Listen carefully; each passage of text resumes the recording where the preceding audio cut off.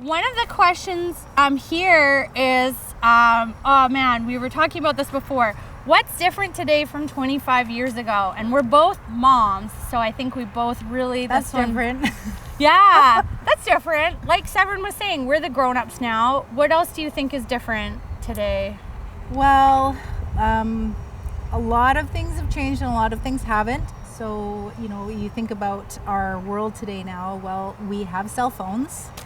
We have the internet. Yeah. Those are two major revolutionary things that have happened. And I think that those are two very hopeful things we have now in terms of tools for dealing with our environmental problems. We can communicate with people from around the world instantly, so affordably. We also have access to information to a degree no humans have ever been able to have the access to information as we do today. Then there's, lots of challenges as well. I mean, a lot of the things that was said in the speech back in 1992 are still relevant today. And that has been an amazing thing to experience, for us 25 years on, to see how people are still responding to the same words because the same problems are still at hand. One huge thing we're dealing with now is climate change. Totally. Back then, people knew about it. I mean, certain people who were already engaged in the environment, but it was not mainstream. And now we're feeling the effects. Like just this last week, has been Hurricane Irma, and the week before that was Hurricane Harvey, and we're just seeing the actual effects of something that was just a concept back 25 years ago. So, if we had acted back then, we would not be in the challenging position we are today. And I think that has really propelled us to what we're trying to do now with the Real Remake project. So now we're getting to the point. What do you want to do now? What is the project?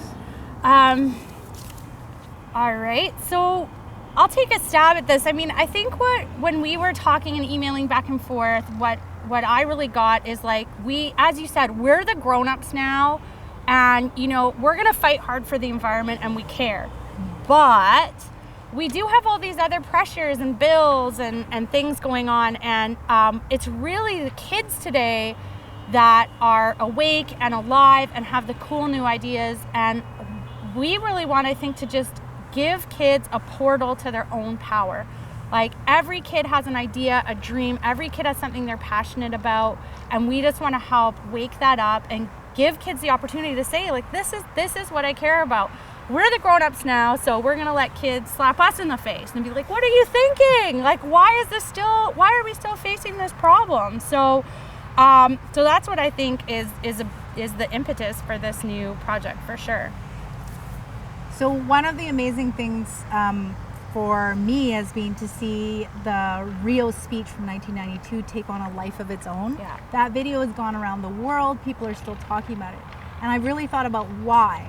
And I think the reason is because kids have such a power in that they are the ones who have everything really at stake. They have the moral authority and the clarity to be able to speak truth to power. I mean, I couldn't give that same speech. We couldn't give that same speech today because we're not the ones who will fully experience the future that we are currently affecting.